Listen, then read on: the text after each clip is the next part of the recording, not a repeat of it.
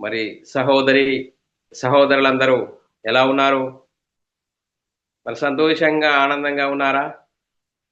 మరి ఈరోజు సంఘానికి వచ్చిన మనం అందరము మరి సంతోషంగా ఆనందంగా ఉండాలి. ఎందుకు సంతోషంగా ఆనందంగా ఉండాలి?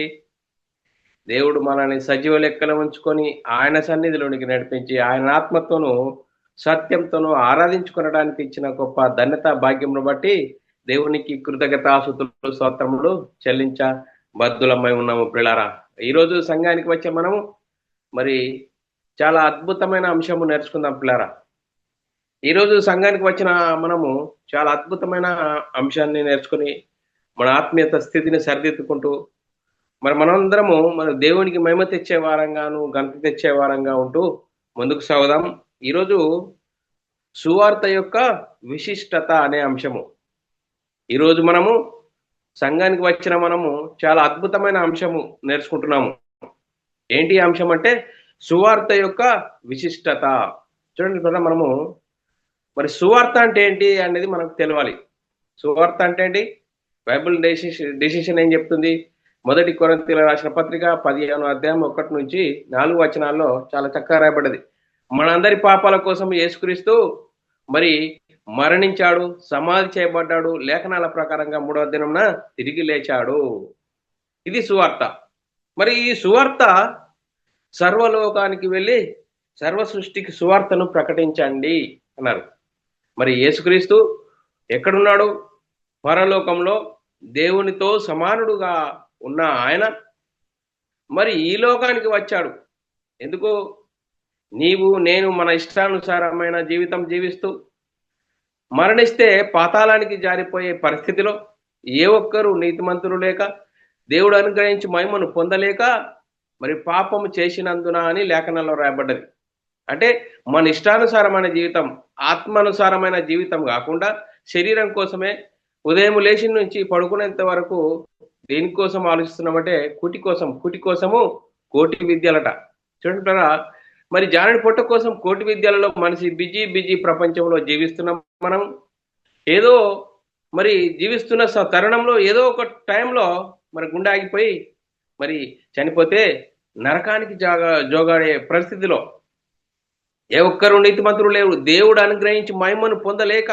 అంటే చూడండి బ్రదర్, ఉదయం లేచి నుంచి పడుకునేంత వరకు మరి బిజీ బిజీ శరీరం కోసం ఆలోచించే తరుణంలో మరి పరలోకంలో ఉన్న ఆ పురలోకంలో దేవునితో సమానుడుగా ఉన్న యేసుక్రీస్తు మనందరి పాప శాపాల కోసము మనందరినీ పరలోకంలో ఉన్న కన్నతల్లి యొద్దకు తీసుకెళ్ళడానికి మనందరి కోసము నీలాంటి నాలాంటి పాప శరీరాకారం ధరించుకొని ఈ లోకానికి వచ్చాడు. చూడండి, మరి పాపం చేయలేడు.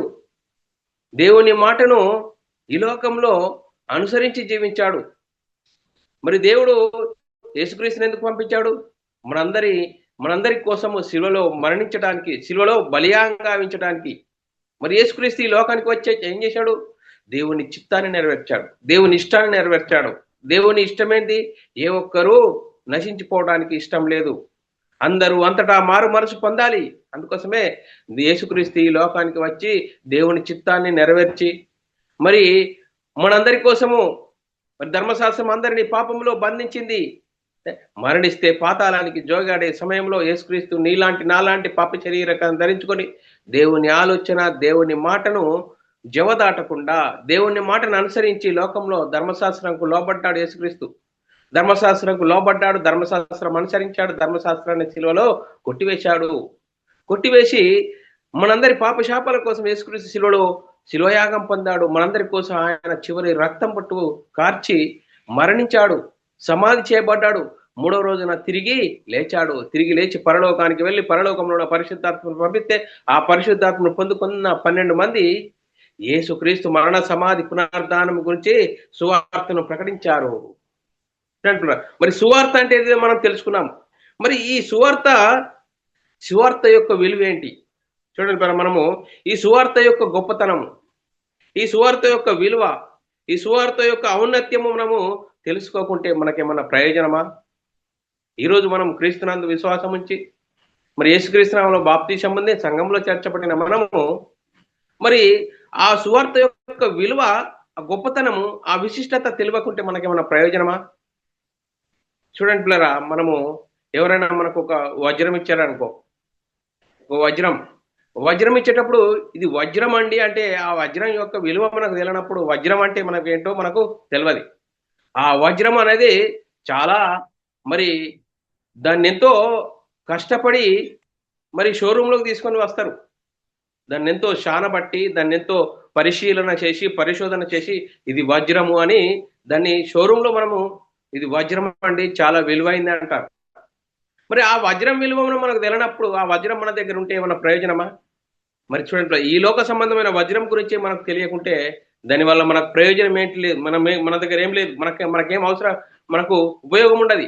అలాగే క్రీస్తునందు విశ్వాసం ఉంచి యేసుక్రీస్తునామలో బాప్తీసం పొంది సంఘంలో చేర్చబడిన మనము ఆ సువార్త యొక్క విశిష్టత, గొప్పతనము, ఔన్నత్యము తెలియకుంటే మనకేమన్నా ప్రయోజనమా? చూడండి, దానివల్ల మనకు ఏం ప్రయోజనం లేదు. ఆ ప్రయోజనం లేకపోగా ఏమైతుందంటే చూడండి మరి ఈరోజు ఆ సువార్తను ఏ విధంగా వాడుతున్నారంటే చూడండి మరి ఇప్పుడు ప్రకటిస్తున్న వారిని తప్పు కాదు.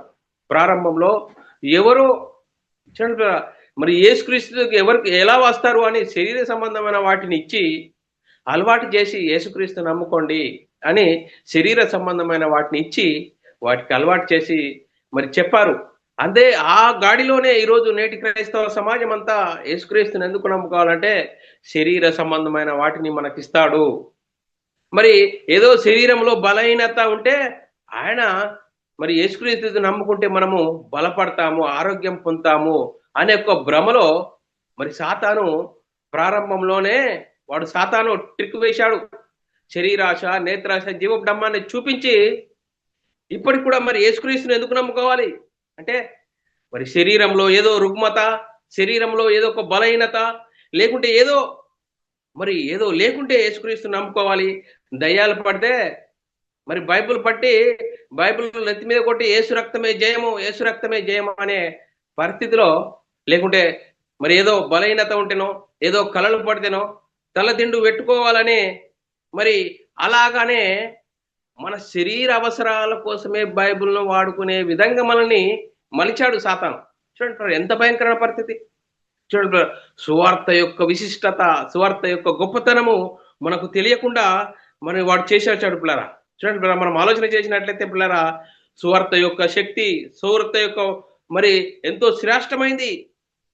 చూడండి మనం ఆలోచన చేసినట్లయితే మరి సువార్తలో ఉన్నది ఏంటి, సువార్తలో ఉన్న గొప్పతనం ఏంటి అంటే మనం ఆలోచన చేసినట్లయితే మనుషులందరూ రక్షణ పొంది అనుభవ జ్ఞానం గలవారై ఉండవాలని దేవుడు ఇచ్చయించుచున్నాట.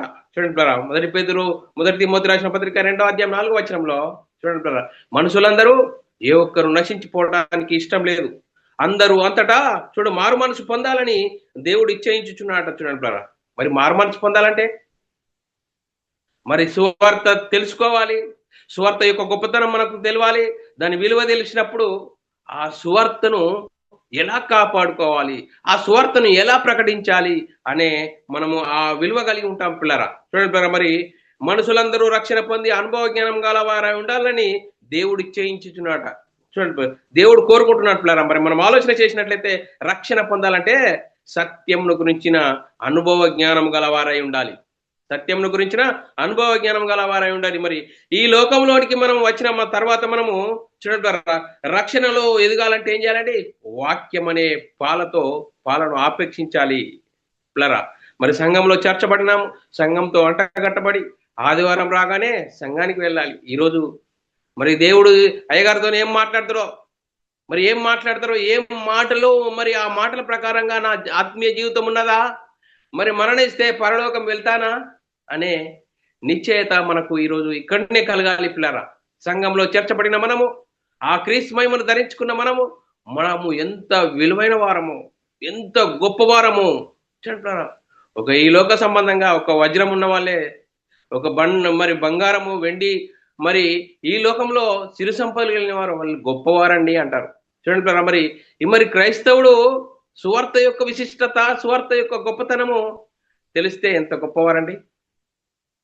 చూడండి మనం ఆలోచన చేసినట్లయితే ఎంత గొప్పవారు అంటే ఆ గొప్పవారు అని తెలవాలంటే మనము ఈ శరీర సంబంధంగా ఈ లోక సంబంధంగా ఆలోచిస్తే అది అర్థం కాదు. మీ మనోనేత్రాలు వెలిగింపబడాలి. ఎప్పుడు వెలిగింపబడతాయండి? ఈ లోక విషయంలో, నువ్వు శరీర విషయంలో మరణిస్తే. చూడు, ఎప్పుడు సువార్త విని హృదయంలో పశ్చాత్తాపము కలిగి మారు మనసు పొంది పాపక్షమాపణ నిమిత్తం ప్రతి వాడు యేసుక్రీస్తు నామంలో బాప్తిసం పొందాలి.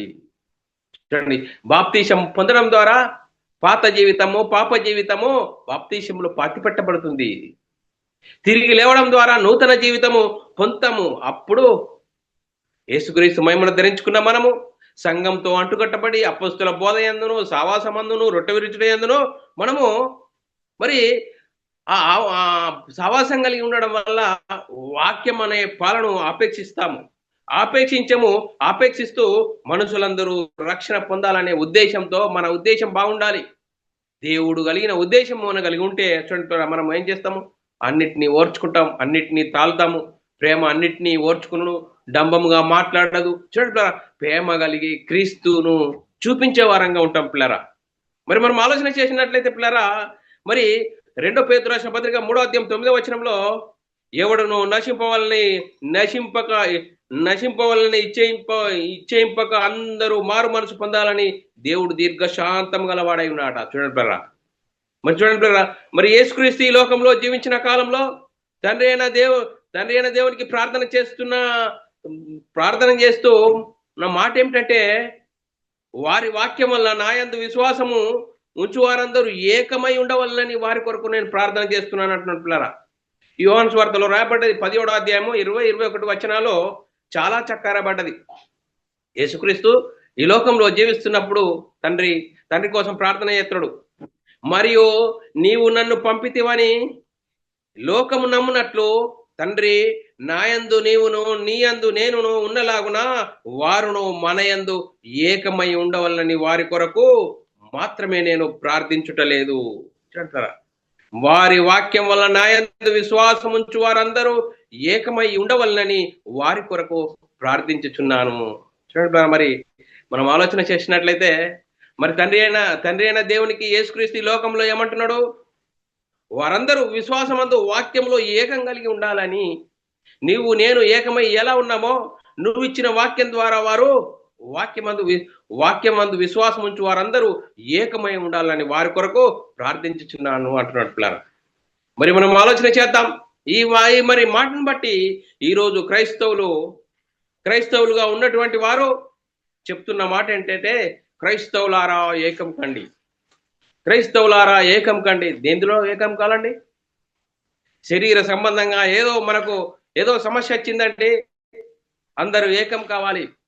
చూడండి, ఈరోజు మనము బంజీలతోటి అండి, సమాధులతోటి లేదంటే మనం అందరం ఏకం కావాలి. చూడండి, ఈరోజు క్రైస్తవులు ఏ డినామినేషన్ అండి, మనకు బంజర దొడ్డు లేదు, మరి సమాధుల దొడ్డు లేదు, మరి గవర్నమెంట్ మనం ఒక వినతి పత్రం చేయాలంటే అందరూ ఏకమై వస్తున్నారు. కానీ వాక్యంలో ఏకమవుతున్నారా? తండ్రి అయిన దేవునికి యేసుక్రీస్తు ప్రార్థన చేస్తున్నాడు, నువ్వు నేను ఏకమై ఉన్నలాగున నువ్వు ఇచ్చిన వాక్యం ద్వారా వారి వాక్యం అందు విశ్వాసం ఉంచి ఏకమై ఉండవాలని వారి కొరకు ప్రార్థన చేస్తున్నాను అంటున్నారా. మరి మనం ఆలోచన చేయాలి, మనం ఎలాంటి పరిస్థితిలో ఉన్నాం? వాక్యంలో ఎందుకు ఏకం కావట్లేదు? ఎందుకంటే మనము జన్మించిన జన్మ సరి అయినదైతే యేసుక్రీస్తుని ఎందుకు నమ్ముకోవాలండి? యేసుక్రీస్తు ఎవరండి? యేసుక్రీస్తు లోకంలో వచ్చి ఏం చేశాడండి? పరలోకంలో దేవునితో సమానుడుగా ఉన్న ఆయన ఈ లోకానికి నాలాంటి శరీరం ధరించుకొని తన్ను తాను రిక్తునిగా చేసుకొని దేవుని పనిని నెరవేర్చడానికి యేసుక్రీస్తు ఈ లోకానికి వచ్చాడు. ఆ యేసుక్రీస్తు వచ్చే కాలంలో ధర్మశాస్త్రం అమల్లో ఉన్నది. ధర్మశాస్త్రం అందరినీ పాపంలో బంధించింది. మరణిస్తే పాతాళానికి జారిపోయే భయంకరమైన పరిస్థితిలో చూడండి, యేసుక్రీస్తు ధర్మశాస్త్రంకు లోబడ్డాడండి, ధర్మశాస్త్రం అనుసరించాడండి, ధర్మశాస్త్రాన్ని శిలువలో కొట్టివేశాడు. యేసుక్రీస్తు ఈ లోకానికి వచ్చి నేను తండ్రితో సమానుడుగా ఉన్నాను, తండ్రి దగ్గర వచ్చాను, నేను దేవుని కుమారుణ్ణి అంటే యూదులు ఏం చేశారండి? దేవునితో సమానుడుగా చేసుకుంటున్నామేంటి అని ఆయన శిలువ వేశారండి. శిలువ వేసి ఆయన మనందరి కోసము శిలువలో బలియాగంగా గావించాడు. చూడండి, దేవుని చిత్తాన్ని నెరవేర్చాడు. యేసుక్రీస్తు మనందరి కోసం చివరి రక్తం బొట్టు వరకు ఆయన శిలువలో కార్చి మరణించాడు, సమాధి చేయబడ్డాడు, 3వ రోజున తిరిగి లేచాడు. తిరిగి లేచి పరలోకానికి వెళ్ళి పరలోకంలో నా పరిశుద్ధాత్మను పంపిస్తే ఆ పరిశుద్ధాత్మను పొందుకున్న 12 మంది యేసు క్రీస్తు మరణ సమాధి పునర్ధానం గురించి సువార్తను ప్రకటించారు. ఆ సువార్తను ప్రకటిస్తున్నప్పుడు ఆ సువార్తలో ఉంది దేవుని శక్తి. ఆ దేవుని శక్తి ఏం చెప్తుంది? నేను మనమై ఉన్న ఆత్మరక్షణ, నిత్య జీవము, పరలోక ప్రాప్తి, దేవుని ఇంటి వారం, పరలోకానికి వారసులము. ఇంత గొప్ప భాగ్యము మనకు అర్థం కాకుండా ఈ లోక సంబంధంగా, శరీర సంబంధమైన రుగ్మతల కోసం యేసుక్రీస్తు నమ్ముకోవాలని ఆ సువార్త యొక్క గొప్పతనం మనకు తెలియకుండా అయోమయ పరిస్థితిలో ఉన్నాం పిల్లరా. చూడండి పిల్లరా, ఈరోజు ఆదివారం అండి, బ్రదరు సంఘానికి వెళ్ళారా? వెళ్ళామండి. ఏం వాక్యం చెప్పారండి అంటే, అయ్యగారు మంచిగా చెప్పారండి. ఏం వాక్యం చెప్పారండి? మంచిగా చెప్పారండి అంటారే కానీ మరి యేసుక్రీస్తు మనందరి కోసము యేసుక్రీస్తు మనందరి కోసం శిలువలో మరణించాడని, సమాధి చేయబడ్డాడని, 3వ రోజున తిరిగి లేచాడని, మరి తిరిగి లేచి పరలోకానికి వెళ్ళి పరలోకంలో పరిశుద్ధాత్మను పంపిస్తే ఆ పరిశుద్ధాత్మను పొందుకున్న 12 మంది యేసుక్రీస్తు మరణ సమాధి పునరుత్థానం గురించి సువార్తను ప్రకటించారు. ఆ సువార్తలో ఉంది దేవుని శక్తి. ఆ దేవుని శక్తి ఏం చెప్తుందంటే నేను మనమై ఉన్న ఆత్మను రక్షిస్తుంది అని ఈ గొప్ప వాక్యం మాటలు చెప్పగలుగుతున్నామా? చూడండి, వాక్యం యొక్క విశిష్టత, వాక్యం యొక్క గొప్పతనము మనం ఒకసారి ఆలోచన చేయాలి పిల్లరా. దేవుని వాక్యము అనగా యుగములలోను తరములలోను మరుగు చేయబడి ఉన్న మర్మమును సంపూర్ణంగా ప్రకటించుటకు అని సంపూర్ణంగా ప్రకటించటకు అని కొలసీలకు రాసిన పత్రికలో 1:25-26 వచనాల్లో రాయబడ్డది పిల్లరా. చూడండి, మన యొద్ద ఉన్న వాక్యం అంటే చూడండి పిల్లరా, మన యొద్ద ఉన్న వాక్యము అపొస్తలులు ప్రవక్తలు వేసిన పునాది. అపొస్తలులు ప్రవక్తలు వేసిన పునాది అనగా అపొస్తలుల కార్యం నుంచి ప్రకటన గ్రంథం వరకు కొత్త నిబంధన ఇవ్వబడినది పిల్లరా. ఆ కొత్త నిబంధన ఇవ్వబడిన చట్టమే మనకు క్రైస్తవులుగా అనుసరించవలసిన చట్టము. చూడండి పిల్లరా, ఆ చట్టము పరలోకం నుండి పంపబడింది. పరిశుద్ధాత్మ ద్వారా అపొస్తలుల చేత ప్రకటింపబడిన సంగతుల యొక్క విలువ, దాని యొక్క పరమార్థము మనం ఒకసారి ఆలోచన చేయవలసిన అవసరం ఉంది పిల్లరా. చూడండి పిల్లరా, ఒకప్పుడు మరుగు చేయబడింది, ఒకప్పుడు రహస్యంగా ఉన్నది, ఒకప్పుడు బయలుపరచబడలేదు. చూడండి, బయలుపరచబడినటువంటి ఇప్పుడు మరి పరిశుద్ధాత్ముని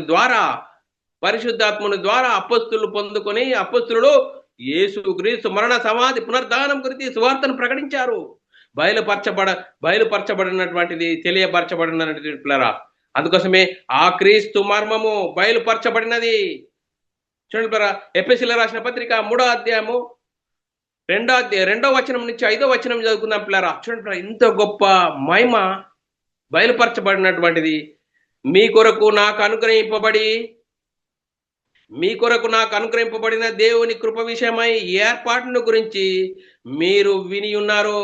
ఎట్లనగా క్రీస్తు మర్మము దేవదర్శనం వల్ల నాకు తెలియపరచబడినదను సంగతిని గురించి మునుపు సంక్షేపంగా రాసి తిని, మీరు దానిని చదివిన ఎడల దానిని బట్టి ఆ క్రీస్తు మర్మమును గురించి నాకు కలిగిన జ్ఞానము గ్రహించుకొనగలరు. ఈ మర్మం ఇప్పుడు ఆత్మ మూలంగా దేవుని పరిశుద్ధులకును అపొస్తలులకును ప్రవక్తలకు బయలుపరచబడి ఉన్నట్లుగా పూర్వకాలమందు మనుషులకు తెలియపరచబడలేదు. చూడండి మరి ఎంత చక్కని మాటలు. మరి పూర్వకాలమందు అంటే పాత నిబంధన కాలంలో సర్వసత్యం అనేది ప్రకటింపబడలేదు. మరి ఎప్పుడు ప్రకటింపబడ్డది? యేసుక్రీస్తు ఎప్పుడు వచ్చాడు? ధర్మశాస్త్రం అమల్లో ఉన్న కాలంలో వచ్చాడు. ధర్మశాస్త్రంకు లోపడ్డాడు, ధర్మశాస్త్రం అనుసరించాడు, ధర్మశాస్త్రాన్ని సిలువలో కొట్టివేశాడు. మనందరి కోసం యేసుక్రీస్తు తన్ను తాను రిక్తునిగా చేసుకుని శిలువయాగం పొందాడు పిల్లరా. శిలువయాగం పొంది మరణించాడు, సమాధి చేయబడ్డాడు. 3వ రోజున తిరిగి లేచి పరలోకానికి వెళ్ళి పరలోకంలో పరిశుద్ధాత్మను పంపిస్తే ఆ పరిశుద్ధాత్మను పొందుకున్న 12 మంది యేసుక్రీస్తు మరణ సమాధి పునరుద్ధానం గురించి సువార్తను ప్రకటించారు. చూడండి, ఆ సువార్త యొక్క గొప్పతనము మరి పూర్వకాలంలో మనుషులకు బయలుపరచబడలేదట. ఇప్పుడు బయలుపరచబడి ఉన్నది. ఎప్పుడు? అపొస్తలులు ప్రవక్తలు వేసిన పునాది. అపొస్తలుల ద్వారా ప్రవక్తల ద్వారా మరి సర్వసత్యం అనేది ప్రకటించబడుతుంది. ప్రారంభంలో 1వ శతాబ్దంలో పేతురు ప్రకటిస్తున్న కాలంలో చూడండి, మీరు సిలువ వేసిన ఈ యేసునే దేవుడు ప్రభుగాను క్రీస్తుగాను నియమించను. ఇదంతా తెలుసుకోవాలి అని సువార్తను ప్రకటిస్తున్నప్పుడు హృదయాల్లో పశ్చాత్తాపం కలిగిందట. హృదయాలు పొడవబడ్డాయని రాయబడ్డది అపొస్తలుల కార్యంలో 2వ అధ్యాయం 36 నుంచి 38 వచనాల్లో. చూడండి ప్రియులారా, హృదయంలో పొడవబడ్డది. సువార్త యొక్క గొప్పతనము, సువార్త యొక్క విలువ, సువార్త యొక్క ఔన్నత్యం మనకు తెలిస్తే సువార్తని ప్రకటిస్తాం, ఇంకా వేరేదేం ప్రకటించము. సువార్తలోనే ఉంది దేవుని శక్తి. ఆ దేవుని శక్తి ఏంటంటే నేను మనమై ఉన్న ఆత్మరక్షణ, నిత్య జీవము, పరలోక ప్రాప్తి, దేవుని ఇంటి వారం, పరలోకానికి వారసులము. క్రైస్తవులు గొప్పవారా? లేదంటే నేను చాలా పేదవాడిని అని అంటారా? క్రైస్తవుడు పేదవాడా? లోక సంబంధంగా నువ్వు పేదవాడి కావచ్చు, కానీ పరలోక సంబంధంగా నువ్వు గొప్పవాడవి అని బైబిల్ చెప్తుందండి. చూడండి, మరి మనం ఆలోచన చేద్దాం. అపొస్తలుల కార్యము 10వ అధ్యాయం 36 వచనంలో మరి యేసుక్రీస్తు అందరికి ప్రభు అట. చూడండి, ఎలా ప్రభు? ఆయన ద్వారా దేవుడు సమాధానకరమైన సువార్తను ప్రకటించి, చూడండి, సమాధాన సువార్తను ప్రకటించి ఇజ్రాయేలీయులకు పంపిన వార్త మనం మీరెరుగుదురు. చూడండి, మీరెరుగుదురు, మీకు తెలుసు అంటే చెప్తున్నాడు పిల్లరా. మరి ఆయన వచ్చి ఏం చేశాడు? యేసుక్రీస్తు వచ్చి ఏం చేశాడు అని ఎఫెసీ సంఘంతో పౌలు గారు మాట్లాడుతున్నాడు. ఎఫెసీలకు రాసిన పత్రిక 2వ అధ్యాయం 17-18 వచనాల్లో, మరియు ఆయన వచ్చి, ఎవరండి? యేసుక్రీస్తు వచ్చి, చూడండి, దూరస్తులైన మీకును అంటున్నాడు పిల్లరా. ఎఫెసీ సంఘంతో మాట్లాడుతున్న దూరస్తులైన మీకును సమీపస్తులైన వారికి, అంటే ఆకునాడు దేవుని జనంగమైన ఇజ్రాయేల్ వారితో అంటున్నాడు, సమీపస్తులైన వారికి సమాధాన సువార్త. చూడండి, ధర్మశాస్త్రము వీరు అన్యజనులు, వీరు దేవుని ప్రజలు అని వేరు చేసింది. ఆ వేరు చేసిన వారిని ఒక్కటి చేశాడు. ఎప్పుడో? సువార్త ద్వారా. చూడండి, ఆ సమాధాన సువార్త మీకు ప్రకటించి ఆయన ద్వారా, యేసుక్రీస్తు ద్వారా మనము ఉభయములము ఒక్క ఆత్మయందు తండ్రి సన్నిధి చేరగలిగి ఉన్నాము. చూడండి, యేసుక్రీస్తు ద్వారా, చూడండి, యేసుక్రీస్తు ద్వారా ఒక్కటిగా, చూడండి, ఒక్కటిగా తండ్రి సన్నిధి చేరగలిగి ఉన్నాము. చూడండి, ఎంత గొప్ప విలువైన సువార్త యొక్క విశిష్టత, ఔన్నత్యము మనకు తెలిస్తే ఎంత గొప్ప భాగ్యం అండి.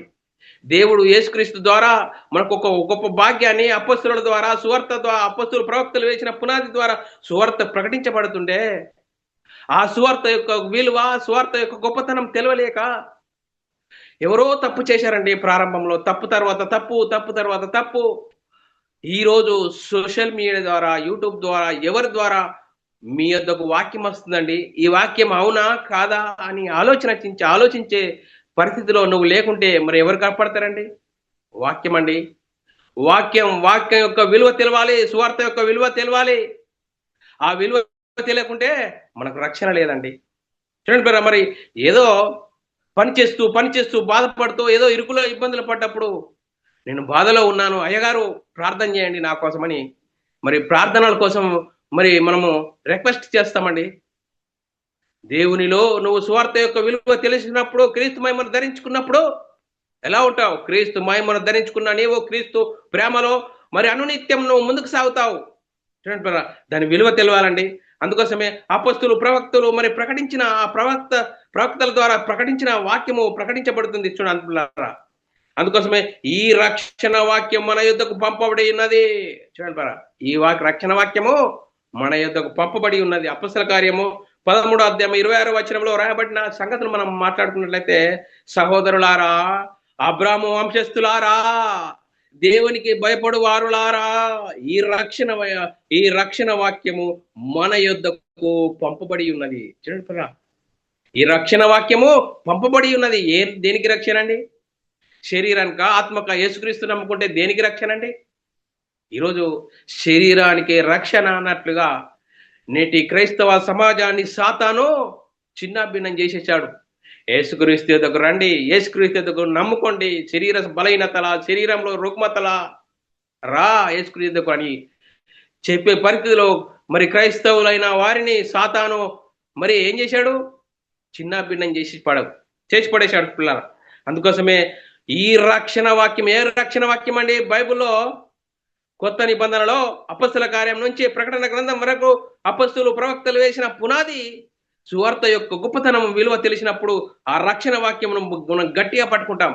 అందుకోసమే ఆ రక్షణ వాక్యం పట్టుకుంటేనే ఆ రక్షణ ద్వారా, సువార్త ద్వారానే నువ్వు రక్షణ పొందుతావు అని లేఖనాల్లో రాయబడ్డది పిల్లరా. అవును పిల్లరా, ఈ రక్షణ వాక్యం మన యుద్ధకు పంపబడి ఉన్నది. ఏ విధంగా? యేసుక్రీస్తు ఈ లోకంలోనికి వచ్చాడు, దేవుడి చిత్తాన్ని నెరవేర్చాడు, రక్షణను సిద్ధపరిచాడు. ఆ రక్షణను మరి పరిశుద్ధాత్మని ద్వారా అపోస్తులు పొందుకున్న తర్వాత అపోస్తులు ఏం చేశారు? ఆ వాక్యమును ఏం చేశారు? మన యుద్ధకు అపొస్తలులు ప్రవక్తలు వేసిన పునాది ద్వారా అపొస్తలుల ద్వారా మన యుద్ధకు వచ్చేసింది. ఇట్లారా మరి ఇంత గొప్ప రక్షణ మనము నిర్లక్ష్యం చేసిన ఏడాల ఎలాగో తప్పించుకుందామో చూడండి. ఇంత గొప్ప భాగ్యం మన దగ్గరకు వచ్చింది. ఆ భాగ్యాన్ని మనం ఏం చేస్తున్నామంటే, అయ్యగారు మరి రండి, మరి అమ్మగారు రండి, ఈరోజు సంఘానికి వాక్యం వినండి అంటే ఈరోజు చాలా బిజీ ఉన్నదండి, ఈరోజు మరి ఊరు వెళ్ళాలండి, లేకుంటే ఇంకా అక్కడికి వెళ్ళాలండి, ఇక్కడికి వెళ్ళాలండి, మరి చాలా మంది చెప్తున్నారు. సరే పర్వాలేదు, మనం ఏం చేస్తున్నాం, మనం ఆ గొప్పతనము, సువార్త యొక్క గొప్పతనం మన విలువ తెలిసి మనం చెప్తున్నాము. అనేకులు మరి ఈరోజు ఉన్నకాడనే వాక్యం వినడానికి బరువైపోయింది. ఉన్నకాడనే వాక్యం వినడయ్యా, మీ ఏదకి వాక్యం వస్తుంది. మరి ఈ యొక్క వాక్యమే వస్తే మీరు ఎలా తప్పించుకుంటారు? తప్పించుకోలేదు. వాక్యం ఎంత గొప్పది అండి. ఇంత గొప్ప రక్షణను మనం నిర్లక్ష్యం చేసిన ఎలాగో తప్పించుకుందాము? ఏప్రిల్ రాసిన పత్రిక 2వ అధ్యాయం 2 నుంచి 4 వచనాల్లో చాలా చక్కగా రాయబడ్డది. ఆ లేఖనాలు చదువుకుందాం పిల్లరా. ఎందుకనగా దేవదూతల ద్వారా పలకబడిన వాక్యము స్థిరపరచబడినందున ప్రతి అతిక్రమమును అవిధేయత చేత న్యాయమైన ప్రతిఫలము పొంది ఉండగా ఇంత గొప్ప రక్షణ మనము నిర్లక్ష్యం చేసిన ఎడల ఎలాగూ తప్పించుకుందాము? అట్టి రక్షణ ప్రభు బోధించుట చేత ఆరంభమై దేవుడు తన చిత్తానుసారంగా సూచక్రియల చేత, మహత్కార్యముల చేత, నానా విధములైన అద్భుతముల చేత, వివిధములైన పరిశుద్ధాత్మ వరములను అనుగ్రహించుట చేత వారితో కూడా సాక్ష్యం ఇచ్చుచుండగా వినిన వారి చేత మనకు దృఢపరచబడేను. చూడండి వాక్యం ఎలా వచ్చిందట. చూడండి, యేసుక్రీస్తు వచ్చాడు, యేసుక్రీస్తు దేవుని పని చేశాడు, మరణించాడు, సమాధి చేయబడ్డాడు, 3 రోజున తిరిగి లేచాడు, పరలోకానికి వెళ్ళాడు, పరలోకంలో పరిశుద్ధాత్మను పంపించాడు. ఆ పరిశుద్ధాత్ముడు మరి ఈ లోకానికి వచ్చి 12 మంది మీద కుమ్మరింపబడగా 12 మంది ఏం చేశారు? సువార్తను పొందారు, పరిశుద్ధాత్మను వరం పొందారు. పరిశుద్ధాత్మను వరం ద్వారా అద్భుతాలు, సూచక్రియలు అవన్నింటినీ వాక్యము సిద్ధపరచబడి స్థిరపరచబడిన కాలంలో ఉన్నాం ఇప్పుడు. అందుకోసమే ఇంత గొప్ప రక్షణ వాక్యం మన దగ్గరకు వచ్చింది. మనము మరి ఆ గొప్ప రక్షణను మనము నిర్లక్ష్యం చేసిన ఏడల ఎలాగ తప్పించుకుందాము? చూడండి, ఇప్పుడు మన ఎదుకు వచ్చిన వాక్యం ఎలాంటిది? దృఢపరచబడిన వాక్యము. మన ఎదుకు వచ్చిన వాక్యము ఈ లోకంలో మనం ఎలా జన్మించాము? ఈ లోకంలో మనం ఎలా జన్మించామంటే పిల్లరా, ఈ లోకంలో తల్లి గర్భంలో నుంచి ఈ లోకానికి వచ్చాము. ఎలాగో శరీరేచ్ఛ వలన, మానసేచ్ఛ వలన ఈ లోకంలోనికి జన్మించాము. మరి ఆత్మ మూలంగా జన్మించాలంటే సువార్తను విన్నాము. సువార్తను, యేసుక్రీస్తు ఎవరు, యేసుక్రీస్తు ఏం చేశాడు, యేసుక్రీస్తు దేవుని కుమారుడు, యేసుక్రీస్తు ఈ లోకానికి వచ్చాడు, దేవుని చిత్తాన్ని నెరవేర్చాడు, శిలువలో మరణించాడు, సమాధి చేయబడ్డాడు, 3వ రోజున తిరిగి లేచాడు, పరలోకానికి వెళ్ళాడు, పరలోకంలో పరిశుద్ధాత్మను పంపించాడు. పరిశుద్ధాత్మను పొందుకున్న 12 మంది యేసుక్రీస్తు మరణ, సమాధి, పునరుద్ధానం గురించి సువార్తను ప్రకటించారు. ఆ సువార్తను విని హృదయాల్లో పశ్చాత్తాపం కలిగి మారు మనసు పొంది పాపక్షమాపణిత్తం ప్రతివాడు యేసుక్రీస్తు నామములో బాప్తిసం పొందాడు అని సువార్తను విని మరి బాప్తిసం తీసుకున్న మనము సంఘంలో చేర్చబడ్డాం. లోకంలో నుంచి వేర్పరచబడి అక్షయ బీజం వలన పుట్టింపబడిన మనము, చూడు, అక్షయ బీజం నుండి పుట్టింపబడిన మనము లోకం నుండి వేరే మనం ఏమో సంఘంలో చేర్చబడ్డాం. సంఘంలో చేర్చబడిన మనము సంఘంలో చేర్చబడిన మనము పరలోక సంబంధమైన క్రీస్తు సంఘంలో చేర్చబడిన వారము. చూడండి, క్రీస్తు సంఘంలో పరలోక సంబంధమైన క్రీస్తు సంఘంలో చేర్చబడిన మనము. మన పౌరస్థితి పరలోకమందున్నది. ఆ పరలోకమందు పౌరస్థితి పొందిన మనము, సంఘములు చేర్చబడిన మనము ఎలా జన్మించామంటే క్షయ బీజము నుండి కాక అక్షయ బీజము నుండి పుట్టింపబడిన మనము. అక్షయ బీజము అనగా దేవుని వాక్యం మూలంగా పుట్టింపబడిన మనము. దేవుని వాక్యం మూలంగా పుట్టింపబడిన మనము, క్రైస్తవులమైన మనము ఏం చెప్తున్నామో మనం ఒకసారి ఆలోచన చేయాలి. మరి ఏం చెప్తున్నాము, ఎలా ఉన్నాము అంటే చూడండి, శాశ్వతమగు జీవము గల దేవుని వాక్యమైన అక్షయ బీజం నుండి పుట్టింపబడిన మనము. మరి 1 పేతురు రాసిన పత్రిక 1వ అధ్యాయం 22-23 వచనాల్లో రాయబడ్డది. ఏమన్నది? మీరు క్షయ బీజం నుండి కాక, చూడండి, క్షయ బీజం నుండి కాక అంటే మరి ఈ శరీరం ఎంతకాలం ఉంటుందండి? 60, 70, 80 సంవత్సరాల కోసం, ఈ శరీరం కోసమే కాక అక్షయ బీజం నుండి అంటే మరి నశించి పోనిది అక్షయ బీజం నుండి పుట్టింపబడిన మనము చూడి అక్షయ బీజం నుండి క్షయ బీజం నుండి కాక శాశ్వత మగలు జీవం గల దేవుని వాక్యం మూలంగా అక్షయ బీజం నుండి పుట్టింపబడిన వారము. చూడండి, ఈ వాక్యం ఎలాంటిది? శాశ్వతమగు జీవం గల దేవుని వాక్యము. ఈ వాక్యం ద్వారా పుట్టింపబడిన మనకు ఎక్కడ చేర్చబడిన వారం అంటే దేవుని రాజ్యంలో, లేదా క్రీస్తు రాజ్యంలో, క్రీస్తు సంఘంలో, క్రీస్తు శరీరంలో, సంఘంలో చేర్చబడిన మనము. ఈ విధంగా చేర్చబడిన మనము మన యొక్క పరిస్థితి పరలోకమందున్నది. మనము ఎలాంటి వారం అండి? గొప్పవారం అండి. నేను పేదవాడిని అంటున్నావా? పేదవాడికి కావు. ఈ లోకంలో నువ్వు పేదవాడి కావచ్చు. లోకంలో అపొస్తలులకు ఏమీ లేని వారమైన నుండి సమస్తమును కలిగిన వారం అంటారు. చూడండి, నువ్వు ఆత్మీయంగా సరి అయిన జన్మ అయితే నాకు ఈ లోకంలో నేను పేదవాడిని అనడానికి వీల్లేదు. వాక్యం చెప్తున్నది. వాక్యము, దేవుని వాక్యము అక్షయ బీజం నుండి పుట్టింపబడిన మనము జీవం గల దేవుని వాక్యం వలన, వాక్యం విని హృదయంలో పశ్చాత్తాపం కలిగి మారుమనసు పొంది పాప క్షమాపణ ప్రతి వాడు యేసుక్రీస్తు నామములో బాప్తీసం పొందడం ద్వారా, చూడండి, బాప్తీసంలో పాత జీవితం పాతి పెట్టబడుతుంది. తిరిగి లేవడం ద్వారా నూతన జీవం పొందిన నీవు గొప్పవాడవు. సువార్త యొక్క విశిష్టత, సువార్త యొక్క గొప్పతనము ఎంత గొప్పది.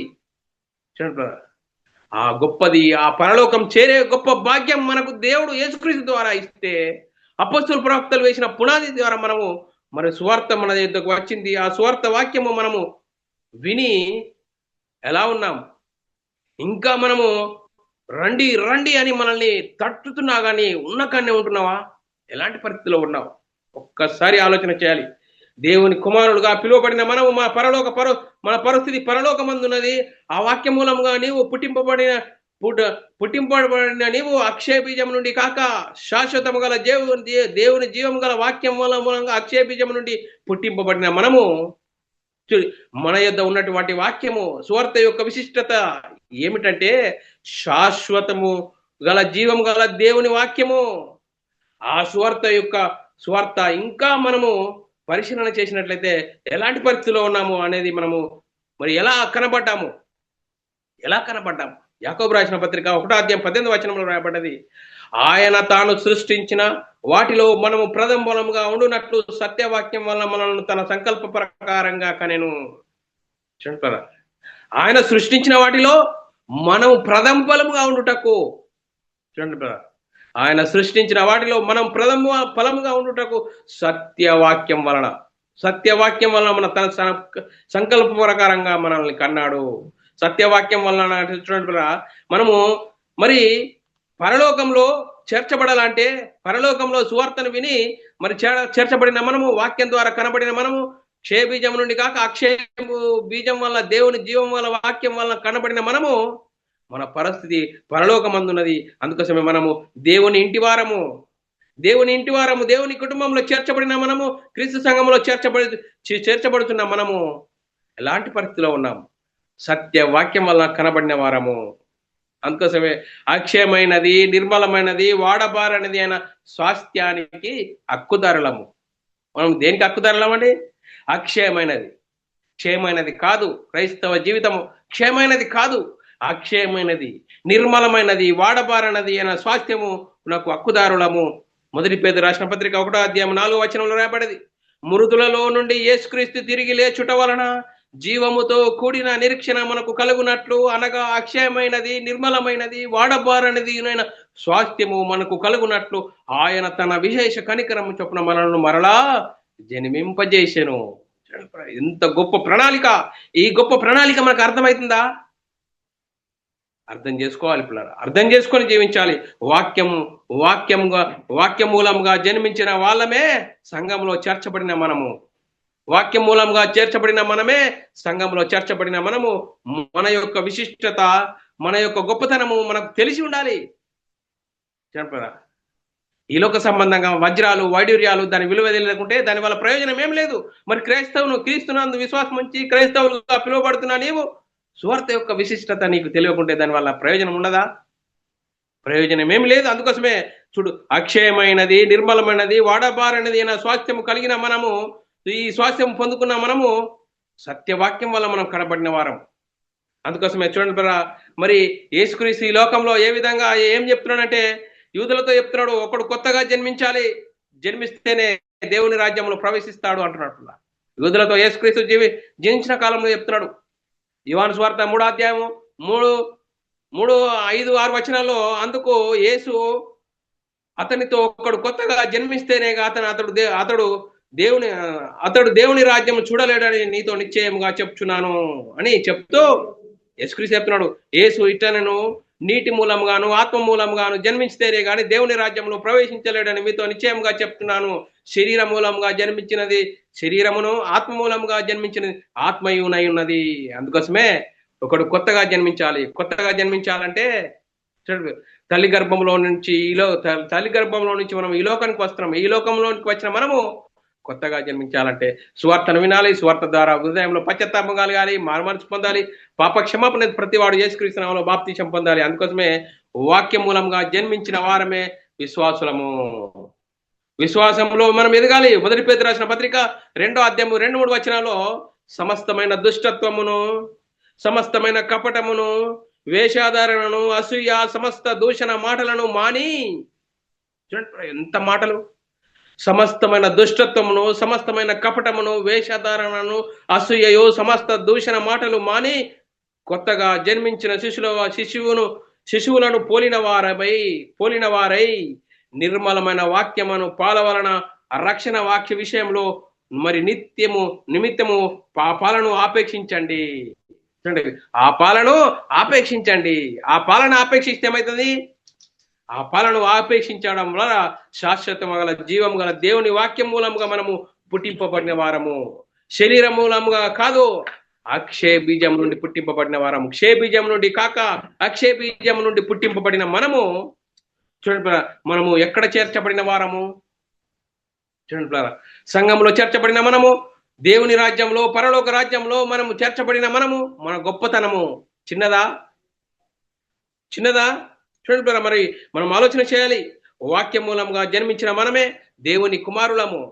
యోహాను సువార్త 1వ అధ్యాయం 12వ వచనము, తను ఎందరు అంగీకరించినో వారందరికీ అనగా తన నామమునందు విశ్వాసం ఉంచిన వారందరికీ దేవుని పిల్లలవుటకు దేవుడు అధికారం అనుగ్రహించెను. చూడండి, దేవుడు అధికారం అనుగ్రహించెను. అందుకోసమే సంఘంలో చేర్చబడిన నీవు, క్రీస్తు ద్వారా కనబడిన నీవు మరి ఎలాంటి వారవు? గొప్పవాడవు అని లేఖనం చెప్తుంది. దేవుని కుమారులుగా మనము పొందుకోవాలనుకున్న పరిస్థితి, ఆ గొప్పతనము మనకు తెలిసి ఉండాలి. అందుకోసమే ఈరోజు సువార్త యొక్క విశిష్టత అనేది మన అంశం నేర్చుకుంటున్నప్పులేరా. సువార్త అంటే ఏంటో తెలుసుకున్నాము. సువార్త అంటే ఏంటని, యేసుక్రీస్తు మనందరి పాపాల కోసము ఈ లోకానికి వచ్చి ధర్మశాస్త్రానికి లోబడ్డాడు, ధర్మశాస్త్రం అనుసరించాడు. మనందరి కోసం, మనందరి పాప శాపాల కోసము యేసుక్రీస్తు శిలువలో బలియాగం గావించాడు. మనందరి కోసం ఆయన చివరి రక్తం పొట్టు వరకు కార్చాడు, మరణించాడు, సమాధి చేయబడ్డాడు, 3వ రోజున తిరిగి లేచాడు, పరలోకానికి వెళ్ళాడు. పరలోకంలో ఉన్న పరిశుద్ధాత్మను పంపిస్తే ఆ పరిశుద్ధాత్మను పొందుకున్న 12 మంది యేసుక్రీస్తు మరణ సమాధి పునరుద్ధానం గురించి సువార్తను ప్రకటించారు. ఆ సువార్తలో ఉంది దేవుని శక్తి. ఆ దేవుని శక్తి ఏంటంటే మనమై ఉన్న ఆత్మరక్షణ, నిత్య జీవం, పరలోక ప్రాప్తి, దేవుని ఇంటి వారం, పరలోకానికి వారసులమయ్యే గొప్ప ధన్యత. చూడండి, ఆ గొప్ప ధన్యతను మనము తెలుసుకున్న మనము మరి ఈ లోకంలో తల్లి గర్భంలో నుంచి వచ్చిన మనము సంఘంలో ఎలా చేర్చబడతాము? సువార్తను విన్నాము, హృదయంలో పశ్చాత్తాపం కలిగింది, మనసు పొంది పాపక్షమాపణతో ప్రతివాడు యేసుక్రీస్తు నామములో బాప్తిసం పొందిన మనము సంఘంలో చేర్చబడిన మనము. ఆ గొప్ప మహిమలో చేర్చబడిన మనము ఆ రక్షణను మనము మన సొంత రక్షణను భయంతో వణుకుతో కాపాడుకోవాలి. చూడండి, అపొస్తలుడైన పౌలు గారు సొంత రక్షణను భయంతో వణుకుతో కాపాడుకోండి, లేకుంటే మీ రక్షణను దొంగిలించే వాడున్నాడో పక్కమంటే ఏం చేస్తాడు వాడు? శరీరాశ, నేత్రాశ, జీవడమ్మని చూపెడతాడు. చూడండి, ఈ సువార్త యొక్క విశిష్టత తెలియకుండా యేసుక్రీస్తు దగ్గర రండి, మీకు రోగాల, నొప్పుల, శరీర సంబంధమైన రుగ్మతల అని శరీర సంబంధమైన వాటిని చూపించి యేసుక్రీస్తు దగ్గర రండి అని చెప్తున్న నేటి క్రైస్తవ సమాజంలో సువార్తను ఎంత చేసినాడు? కలిపి చెరిపాడు. వాని పరిచారకులు నీతి పరిచారకుల వేషం ధరించుకొని వాడు సంఘంలో డంపు చేశాడు మొదటి శతాబ్దంలోని. అందుకోసమే వాడు డంపు చేసిన ఆ స్వయం భయంకరమైన పరిస్థితి నుంచి సువార్త యొక్క గొప్పతనము, సువార్త యొక్క విలువ, సువార్త యొక్క ఔన్నత్యము ఈ రోజు మనం తెలుసుకుంటున్నాం. అందుకోసమే ఆ గొప్ప గొప్ప ఆ సువార్త యొక్క విలువను తెలుసుకొని ఆ సువార్తను ఏం చేయాలా, మనం గట్టిగా పట్టుకోవాలి. ఆ గట్టిగా పట్టుకుంటేనే ఆ దాని ద్వారా మనం రక్షణ పొందుతామని లేఖనం చెప్తుంటారా. మరి ఆ సువార్తను గట్టిగా పట్టుకుంటున్నామా, లేకుంటే శరీర సంబంధంగా, ఈ లోక సంబంధంగా ఏదో దయ్యం పట్టిందని ఏసు రక్తమే జయమని నెత్తి మీద కొట్టుకునేటోళ్ళు, తలప కింద పెట్టుకునేటోళ్ళు బైబిల్ను ఈరోజు ఏంటి, సువార్త యొక్క విలువ తెలియకపోవడం వల్లనే ఇలాంటి రుగ్మతలు, ఇలాంటి బలహీనతలు జరుగుతున్నాయి. అందుకోసమే ఈరోజు సువార్త యొక్క విలువను మనం తెలుసుకున్నాం పిల్లరా. సువార్త ఎంత గొప్పది, ఇంత గొప్ప భాగ్యాన్ని యేసుక్రీస్తు ద్వారా మన యొద్దకు వచ్చి మనందరి కోసం యేసుక్రీస్తు మరణించాడు, సమాధి చేయబడ్డాడు, 3వ రోజున తిరిగి లేచి పరలోకానికి వెళ్ళి పరలోకమున పరిశుద్ధాత్మను పంపిస్తే అపొస్తలులు ప్రవక్తలు వేసిన పునాది మనము మన యొద్దకు ఆ వాక్యం మన యొద్దకు వచ్చిన ఇంత గొప్ప రక్షణ వాక్యం మనము నిర్లక్ష్యం చేసిన ఎడా తప్పించుకునే ఛాన్స్ లేదు. అందుకోసమే వాక్యం వింటున్న సహోదరుడా, ఎలాంటి గొప్ప భాగ్యం మన దగ్గర ఉన్నది. అందుకోసమే ఈ భాగ్యం మనకు కనబడడం లేదంటే నీ మనోనేత్రాలు వెలిగించబడలేదు. యేసుక్రీస్తు ఎవరు, ఎందుకు వచ్చాడు, ఏం చేశాడు, ఒక్కసారి ఆలోచన చేయి. ఈ రోజన యేసుక్రీస్తు ఎక్కడ ఉండేవాడండి? పరలోకంలో దేవునితో సమానుడుగా ఉన్న ఆయన మనందరి కోసము, మనందరి పాపశాపాల కోసం మనం మరణిస్తే పాతాళానికి జోగాడే పరిస్థితిలో మనల్ని కాపాడడానికి నాలాంటి శరీరం ధరించుకొని దేవుని చిత్తాన్ని నెరవేర్చాడండి. మనందరి కోసం శిలువలో మరణించాడు, సమాధి చేయబడ్డాడు, 3వ రోజున తిరిగి లేచి పరలోకానికి వెళ్ళి పరలోకమున పరిశుద్ధాత్మను పంపిస్తే ఆ పరిశుద్ధాత్మను పొందుకున్న 12 మంది యేసుక్రీస్తు మరణ, సమాధి, పునరుద్ధానం గురించి సువార్తను ప్రకటించారు. సువార్తను విన్నవారు హృదయంలో పశ్చాత్తాపం కలిగింది, మారు మనసు పొంది మీరేం చేయాలా, మారు రూపాలు కాదు బైబిల్ చెప్పేది, మారు మనసు మారాలని చెప్తుంది, కానీ రూపాలు మార్చుకోవడం కాదు. బైబిల్ చెప్తున్నది మనసు మారాలి. మనసు మారి పాపక్షమాపణ ప్రతి వాడు యేసుక్రీస్తు నామములో బాప్తీసం పొందాలి. యేసుక్రీస్తు నామములో బాప్తీసం పొందితే అప్పుడు నీ మనోనేత్రాలు వెలిగింపబడతాయి. అప్పుడు బైబిల్లోని ఆత్మ సంబంధమైన సంగతులు అర్థమవుతాయండి. అప్పుడు బైబిల్లోని ఆత్మ సంబంధమైన సంగతులు అర్థమైతే నువ్వు సంఘం ద్వారా అంటకట్టబడతావు. సంఘం ద్వారా అపొస్తలుల బోధ ఎందును, సావాస సంబంధం, రొట్టె విరుచుట ఎందును ఏడదేక సావాసం ఉండడం ద్వారా, వాక్యం అనే పాలను ఆపేక్షించడం ద్వారా మహిమ నుండి అధిక మహిమకు, ఘనత నుండి అధిక ఘనతకు ఎదుగుతావు. అందుకోసమే ఇంత గొప్ప రక్షణ నువ్వు నిర్లక్ష్యం చేసిన తప్పించుకునపోవద్దు అంటున్నాడు. అందుకోసమే శరీరాశ, నేత్రాశ, జోబుడమ్మని చూపెడతాడు సాతాను. వాడు ఏం చేస్తాడంటే, వాడు శరీరము ఇది తిను తాగు, ఇందుకోసమే నువ్వు పుట్టావని శరీరాశను చూపెడతాడు. నేత్రాశ ఏదన్నా చూడొచ్చు అంటున్నాడు. వాడు ఏం చేస్తాడు, అన్లిమిటెడ్, నువ్వు దేనన్నా చూడు సాతాను. మరి చూడండి, జీవపుడమ్మం అంటే దేనన్నా మాట్లాడచ్చు. వాడు సాతాను ఏం చేస్తాడంటే శరీరాశ, నేత్రాశ, జీవపుడమ్మాన్ని దేనన్నా మాట్లాడు వాడు మనల్ని చెలరేగొడుతున్నాడు పిల్లలు. అందుకోసమే క్రైస్తవులమైన మనం, క్రీస్తుమై మనం ధరించుకున్న నీవు నేను ఏం మాట్లాడాలండి? సువార్తను ప్రకటించాలండి. యేసుక్రీస్తు నమ్ముకుంటే పరలోకం అండి, యేసుక్రీస్తు నమ్ముకుంటే నిత్య జీవం అండి, యేసుక్రీస్తు నమ్ముకుంటే పరలోక రాజ్యం చేరతామంటే అని యేసుక్రీస్తును మరణ సమాధిని గురించి సువార్తను ప్రకటించే గొప్ప ధన్యత యేసుక్రీస్తు ద్వారా మనకు అపొస్తలుల ప్రవక్తలు మన యొద్దకు పంపబడిన వాక్యాన్ని మనము నిర్లక్ష్యం చేసిన తప్పించుకోబోదామంటున్నాను పిల్లరా. అందుకోసం పిల్లారా, ఈరోజు వాక్యం వింటున్న సహోదరుడా, ఈ వాక్యం మన యొద్దకు వచ్చింది. సువార్త యొక్క గొప్పతనము, దాని విలువ, ఔన్నత్యం మనం తెలుసుకొని బ్రతికి మనము మన క్రైస్తవ జీవితము సార్థకతను ప్రకారంగా జీవిస్తే, సువార్తను ప్రకటించండి. సర్వలోకానికి వెళ్ళి సర్వసృష్టి సువార్తను ప్రకటించండి. ఆ సువార్తను విన్నవారు రక్షింపబడతారు, వినవారు శిక్షించబడుతుందని లేఖనం చెప్తుంది. దాని ప్రకారంగా మన ఆత్మీయ జీవితం ఉన్నదా లేదా? ఈరోజు వాక్యం యొక్క విలువ, సువార్త యొక్క విశిష్టత తెలుసుకున్నాం పిల్లల. ఆ సువార్త యొక్క విశిష్టత కలిగి మన ఆత్మీయ జీవితం సరిదిద్దుకుంటూ మనమందరము దేవునికి మహిమ తెచ్చే వారంగాను, ఘనత తెచ్చే వారంగా ఉండే గొప్ప ధన్యత దేవుడు మనందరికీ దయచేయును గాక. ఆమెన్. అందరికీ వందనములు, దేవునికి స్తోత్రాలు.